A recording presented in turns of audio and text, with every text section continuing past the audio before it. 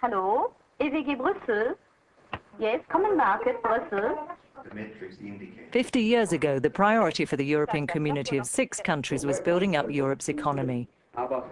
Industry was developing fast, but with very few controls. Smog was already a big problem in some cities. And Europe's love affair with the car was moving into top gear. By the 1970s, Rotterdam in the Netherlands, today the largest port in the world, had become a major center for the petrochemical industry. In the 70s. In the 1970s, the air quality situation was very bad. There was an enormous smog problem, just like London, which was very bad for people. We still have memories of schools being closed because it wasn't reasonable to send kids to school, to allow them outside. All over Europe, acid rain was destroying the forests, and environmental activists were starting to make their presence felt. The sort of prototypical struggle in air stuff was over the acid rain issue. As usual, there were noises from the scientific community, observations of damage happening, and then the activists getting a hold of the issue and turning it into something in a form that could be brought to the general public.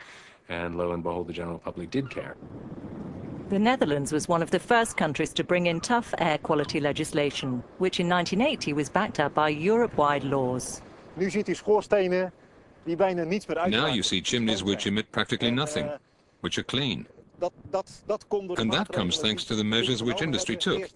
First by putting filters on chimneys, and later on with pressure from European laws, there were much more integrated measures.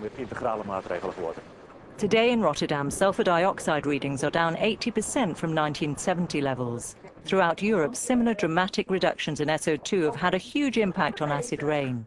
And today, an online emissions register records pollutants emitted from a wide range of industries in Europe.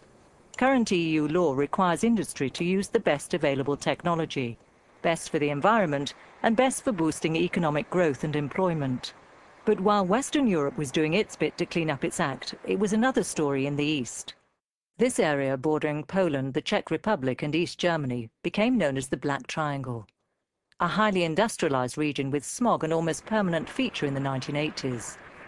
In the Czech town of Ústí nad Labem, this pediatrician told us that a quarter of his young patients had suffered from respiratory diseases and asthma. I think the pollution was very bad in every sense, not just for respiratory diseases. Because of the bad air, the children lost a lot of their general resistance. But in 1991, the prospect of EU membership made all the difference. The Black Triangle project was launched with backing from the EU, a massive program to switch power stations to natural gas. Underground thermal energy was exploited, factories closed or modernized. Within a decade, pollution levels which had reached 30 times European limits were brought well within the norm. Throughout all the countries joining the EU, air quality was dramatically improved. But there remains the growing volume of traffic on our roads. There are 3 times as many vehicles in Europe as there were in the 1970s. The EU has worked with the car industry to reduce emissions through catalytic converters, to reduce fuel consumption and promote cleaner fuels. But over the last decade, new medical research produced disturbing results. We're all seeing our lives shortened by around 9 months due to the effect of breathing in ultrafine particles polluting the air. Technology has been developed to filter out these emissions from new diesel engines. The next challenge is dealing with particle emissions from small power plants and domestic heating systems. In the region, about 370,000 people will die prematurely every year from health-related problems associated with air pollution. These particles enter people's lungs, and particularly the small ones. They enter the lung, and then it's very hard for your natural biological systems to remove these particles.